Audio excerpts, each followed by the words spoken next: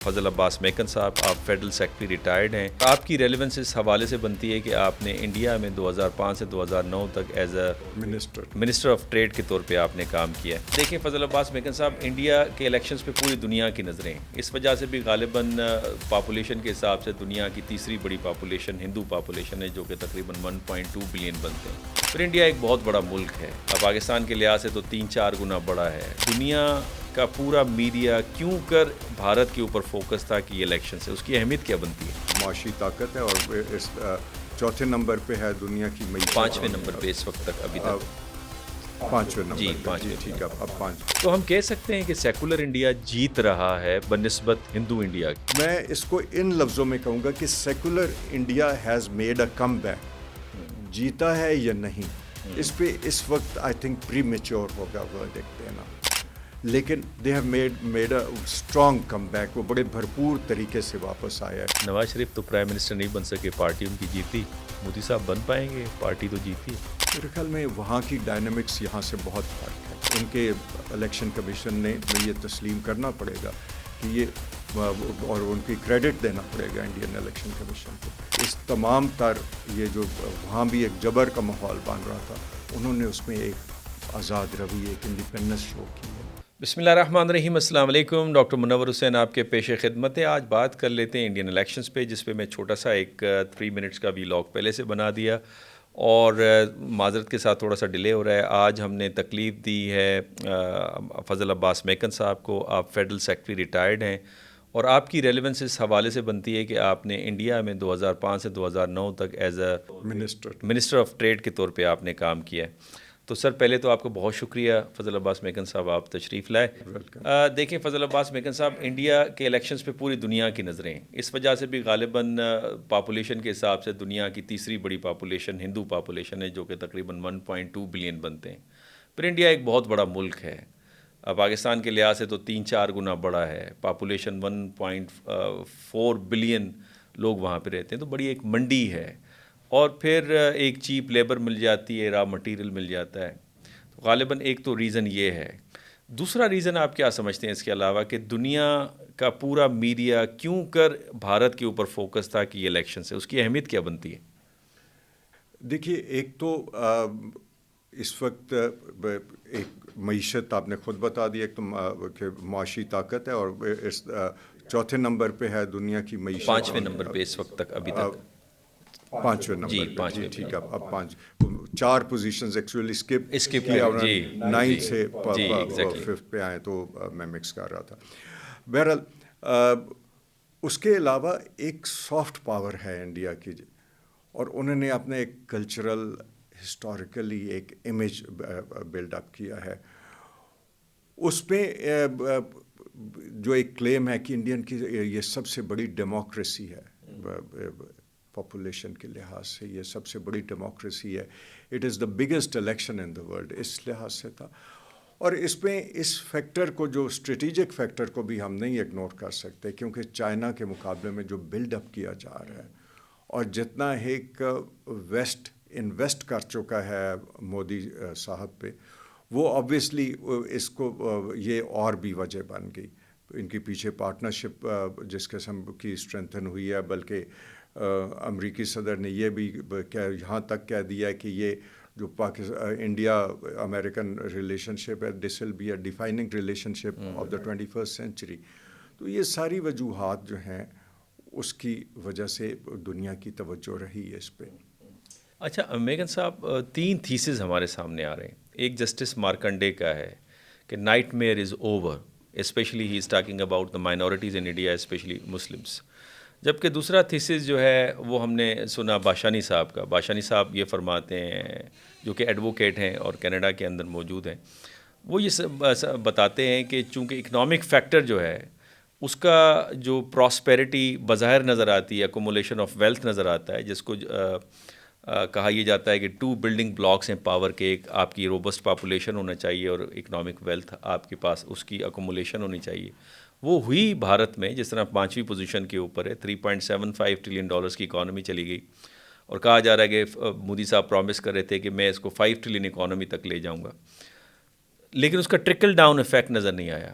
اسی طرح بے روزگاری ہے، اسی طرح غربت ہے، اسی طرح جابس کے سیریس پرابلم ہے، جس میں جسٹس مارکنڈے نے ایک فگر بھی دی کہ تقریباً 10 ملین نوجوان جابس کے لیے ہر سال تیار ہوتے ہیں، لیکن 0.5 ملین جاب صرف کریٹ ہوتی ہیں، اور یہ واقعی فرسٹریٹنگ ہے اس حوالے سے۔ تو ایک تھیسس یہ ہے، ایک تھیسس ہے کہ نائٹ میئر از اوور، ایک تھیسس پاکستان میں ڈان میں جو آرٹیکل لکھا ہے زاہد حسین صاحب نے، اور وہ کہتے ہیں کہ ویک تو ہے بٹ اسٹل لیتھل ہے۔ آپ ان تینوں تھیسس کو کیسے دیکھتے ہیں اور کس کو سپورٹ کرتے ہیں؟ دیکھیے، ان تینوں تھیسس میں سچائی کا کچھ ایلیمنٹ ہے، اور ان کو ہمیں مکس کر کے ہی دیکھنا ہوگا، کیونکہ یہ جو الیکٹورل کمپینز ہوتی ہیں، یہ اس میں ملٹیپل فیکٹرز پلے پہ ہوتے ہیں، ان کا عمل درآمد ہوتا ہے۔ اکنامک فیکٹر یقیناً ایک بڑا فیکٹر رہا، اوور آل ان کی پر کیپٹا انکم تو بڑھی، لیکن جو ڈسٹریبیوشن ہے جو آف ویلتھ، وہ ٹرکل ڈاؤن ہائپوتھیسس نے بہرحال کام نہیں کیا۔ جو غریب ہیں ایبسولوٹ ٹرمز سے ان کی پاورٹی کم ہوئی، لیکن انکم ڈسپیرٹیز بھی بہت بڑھ گئیں، اور کچھ خاندان ہیں جو بالکل ڈومینیٹ کر رہے ہیں، اور دوسری سائڈ پہ ابھی میل نیوٹریشن بھی ہے، اور سارا جو سارے فیچرز باقی ڈیولپنگ کنٹریز کے ہیں وہ بھی پائے جاتے ہیں۔ سو اس چیز نے یقیناً پلے کیا رول۔ جہاں تک جسٹس مارکنڈے صاحب کا ہے، اس کو ہم یہ دیکھیں تو یہ تو ایک خوش آئند بات اس حد تک ان کی بات میں وزن ہے جسٹس مارکنڈے صاحب کی، کہ انڈین پاپولیس نے ان جنرل ہندوتوا کے ایلیمنٹ کو ریجیکٹ کر دیا ہے، کیونکہ جیسے ہمیں داعش اور اسلام کی مین سٹریم تھنکنگ میں فرق رکھنا چاہیے، جیسے ہمیں زائونزم یعنی صہیونیت اور جو یہودی مذہب کی ان کو مکس نہیں کرنا چاہیے۔ تمام مذاہب قابل احترام ہیں، لیکن یہ جو ایکسٹریم ایلیمنٹ ہے، اسی طرح ہندوازم دنیا کا تیسرا بڑا مذہب ہے اور ہمارے لیے اس کا احترام لازم ہے، لیکن اس کا ایکسٹریم ایلیمنٹ جو ہندوتوا ہے، وہ بہرحال ایسی چیز ہے جو یہاں کے مزاج کے مطابق ان کے خمیر سے وہ کافی ہٹ کے ہے۔ یقیناً ایک بڑا سیگمنٹ ہے۔ اگر اس پہ ایک اعتراض میری بات پہ یہ کیا جا سکتا ہے کہ جی اگر یہ بالکل اتنا ڈومیننٹ فیکٹر نہیں تھا تو پہلے 2014 اور 2019 میں کیوں کامیابی ہوئی بی جے پی کو؟ تو اس میں یہ ہے کہ یقیناً یہ ایک فیکٹر ہے، اس کا جواب یہ ہے کہ وہ ایک فیکٹر تھا یقیناً، لیکن اس کے ساتھ یہ تھا کہ اپوزیشن کے بارے میں جو انڈین پاپولیس کی رائے تھی وہ بہت نیچے آ گئی تھی۔ کوئی کرزمیٹک لیڈر نہیں تھا۔ ڈاکٹر منموہن سنگھ ایک بہت قابل اور شریف النفس آدمی تھے، وزیر اعظم، لیکن یہ کلیئر نہیں تھا کہ لیڈر وہ ہیں یا گاندھی فیملی ہے۔ ڈائنسٹک پالیٹکس سے لوگ تنگ آ گئے تھے۔ آپ کے اسٹیٹ لیول پہ جیسے سٹرپس کہتے ہیں یا ہینچمین، وہ ایک تھا، اور پولیٹیکل انٹرپرینئرز تھے، جو کہ مطلب ہے وہ ایک کلاس پہ آ گئی تھی کہ کانگریس کا اتنا عرصہ اقتدار میں، بیچ میں کچھ وقفوں کے علاوہ زیادہ عرصہ تو کانگریس اقتدار میں رہی، تو ایک کلاس بن گئی تھی جو عوامی رائے کے نزدیک سول بینیفیشری تھی اس کی، اور وہ شکل ڈاؤن نہیں ہو رہا تھا۔ تو اس میں ایک ایسا لیڈر سامنے آیا جو کہ بالکل ایک لوور مڈل بلکہ لوور انکم گروپ سے آیا، اور اس نے اپنی اس میں مودی صاحب کو کریڈٹ دینا پڑے گا چائے والے سے پرائم منسٹرشپ، کہ انہوں نے اس چیز کو سیل جس طرح کیا اور اپنی آرگنائزیشنل سکلز کو استعمال کیا۔ تو یہ سارے فیکٹرز، یہ صرف ہندوتوا کا فیکٹر نہیں تھا، دیٹ واز ون فیکٹر جس کی وجہ سے RSS کی اور باقی اس قسم کی تنظیموں کی سپورٹ انہیں ملی۔ یہ باقی بھی فیکٹر ایٹ پلے تھے۔ اب یہ ہمارے لیے ایک سبق ہے، تمام دنیا کے لیے اور خاص طور پہ تیسری دنیا کے لیے، کہ یہ جو ڈیوائسو پالیٹکس ہے وہ ایک حد تک ہی چل سکتی ہے، ایک حد سے زیادہ وہ کارآمد نہیں ہو سکتی۔ اور ہم دیکھتے ہیں کہ اس کا سب سے بڑا انہوں نے ایڈوکیٹ اپنے آپ کو ثابت کرنے کے لیے جو ایودھیا کا ٹیمپل، رام ٹیمپل ایودھیا میں بنایا، اس سیٹ سے ہار گئے۔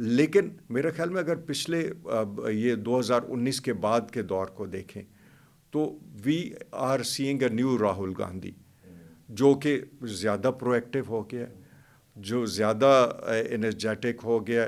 ان کا جو بھارت جوڑو یاترا تھی وہ اس کو اگر آپ دیکھیں، پذیرائی ملی، پذیرائی اس کو ملی، کافی پذیرائی ملی اور اس پہ کافی ایفرٹ پٹ ان کیا گیا. پھر جس طریقے سے یہ کمپین کو لیڈ کیا ہے، میرا خیال میں اس وقت راہل گاندھی کے بارے میں وہ والا تبصرہ شاید کرنا پھر مناسب نہیں ہوگا. لیکن میکن صاحب ٹوٹل 99 سیٹس کانگریس نے ون کیے، بی جے پی نے اب بھی 240 سیٹس، بلینس آف ووٹس انہوں نے اٹریکٹ کیے. اس کا مقصد ابھی جان تو ہے. آپ ہندوتو کے حوالے جی سے بات کر رہے ہیں جی، وہ ختم نہیں ہوا. ڈنٹ میں نے کہا پڑ گیا، ڈنٹ پڑ گیا. اور یہ بھی تو دیکھیں کہ کانگریس نے جو 99 سیٹیں ون کی ہیں تو یہ 52 سے انکریز کر کے 99 پہ آئے ہیں. تو یعنی آلموسٹ ڈبل ہو گئی ہیں سیٹیں. پرفارمنس بہتر ہوئی ہے. پرفارمنس ان کی. سوشل میڈیا کا رول کیا دیکھتے ہیں، جس میں مثال کے طور پہ راٹھیا جو ہے، گروو راٹھیا، جس کے 20 سے 21 ملین فالوورس ہیں، خود پورے بی جے پی کو اگر آپ ملا لیں تو ان کے فالوورس یا سبسکرپشن یوٹیوب کے اوپر غالباً کوئی 6 ملین ہے، راہل گاندھی کے غالباً 4 ملین ہے، تو 21 ملین. تو یہ جو گروو راٹھیا جیسے لوگ ہیں سوشل میڈیا میں، انہوں نے اس کمپین کو ذرا اسپیڈ اپ کیا. آپ کو لگتا ہے جس طرح سے سارا میڈیا جو تھا الیکٹرانک، اس کو کہتے تھے گودی میڈیا ہے، تو راہل گاندھی صاحب خود بھی جاتے تھے، انٹرویوز لیتے تھے، اور پھر گروو راٹھیا نے جس طرح کی کمپین لانچ کی ہے جس کے ملینز میں ویورز ہوتے تھے، تو سوشل میڈیا نے ٹرینڈ کو تبدیل کیا ہے انڈیا کے الیکشنز میں. یقیناً یہ جو سوشل میڈیا ایک ایسا فینومینن ہے جسے ابھی تک ہمارے کیا ایون ویسٹ میں بھی جو سیاستدان ہیں اس کی اہمیت کو رجسٹر نہیں کر پا رہے، اس سے ریکنسائل نہیں کر پا رہے. اور یہ پاکستان میں بھی ہم یہ دیکھ رہے ہیں کہ یہاں بھی ہمارے جو فیصلہ ساز ہیں، جو فیصلہ کرنے والے ادارے ہیں، جو ہمارے سیاسی جماعتیں ہیں، اس کی اسٹرینتھ کو ابھی انہوں نے ایکنالج نہیں کر سکے، بلکہ اس کو وہ ریئلائز نہیں کر سکے. تو بھارت میں بھی آبویسلی وہ ہم سے زیادہ آئی ٹی سیوی ہیں، ہم سے زیادہ ایکسیس ہے، تو یقیناً اس نے ایک بڑا رول پلے کیا. میں آپ اتفاق کروں گا آپ سے اس پہ. اچھا، آخری 2 سوال. میکن صاحب، فیوچر کیا ہے پاکستان انڈیا ریلیشنز کا؟ کہا یہ جاتا تھا کہ بی جے پی پاور میں آ جائے گی، عمران خان کے وقت میں ہوا، پھر ہماری جو پی ڈی ایم کی گورنمنٹ آئی، اور پھر جیسے شہباز شریف ابھی بھی آئے ہیں. ہمیشہ ایک نیریٹو پاکستان سے جاتا ہے کہ ہم دوستی چاہتے ہیں، نارملائز چاہتے ہیں ریلیشن شپ میں. اور ابھی نواز شریف صاحب نے جب صدارت سنبھالی پولیٹیکل پارٹی کی، تو اگین جس طرح کی انہوں نے کارگل کے اوپر بات کی، اس کا مقصد غالباً یہی تھا کہ ہم نارملائز کریں اپنے ریلیشنز کو. تو آپ کو لگتا ہے کہ ہمارے ریلیشنز نارملائز ہو جائیں گے جیسے واجپئی صاحب تشریف لائے تھے اور تعلقات بہتر ہوئے تھے؟ کوئی نیئر فیوچر میں کوئی آپ کو کوئی ٹنل میں کوئی ویژن یا کوئی روشنی نظر آتی؟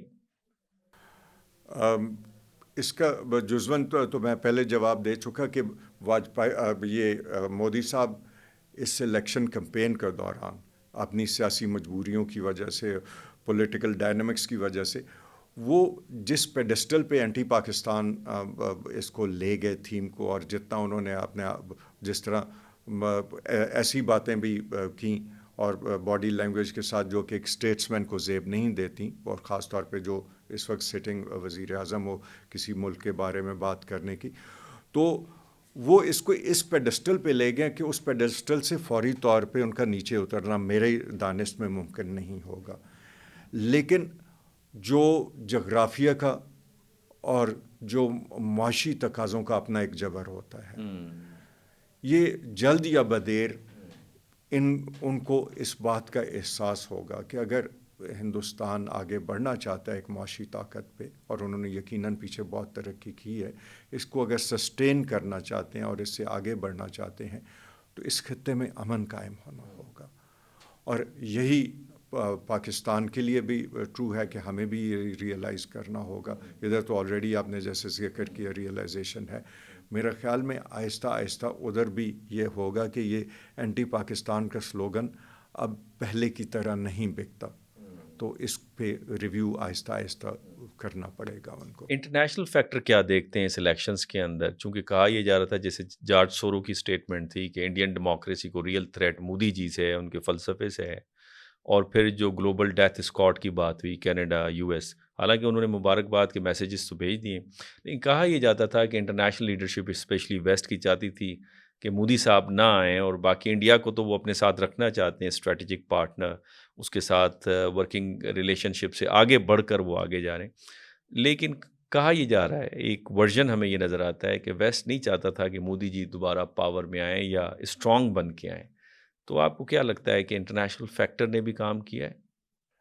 میرے خیال میں انٹرنیشنل فیکٹر نے اتنا کام نہیں کیا کہ ویسٹ کے کافی ایجنڈے پہ تو پہلے سے ہی مودی صاحب کام کر رہے ہیں، اور اپوزیشن کا بھی پہلے ان ویسٹ سے ایک اچھا لنک رہا. لیکن نہیں، میں میکن صاحب یہ پوچھ رہا ہوں، چونکہ جو بیسز ہیں جب امریکنس نے مانگی، انڈیا نے دینے سے انکار کر دیا.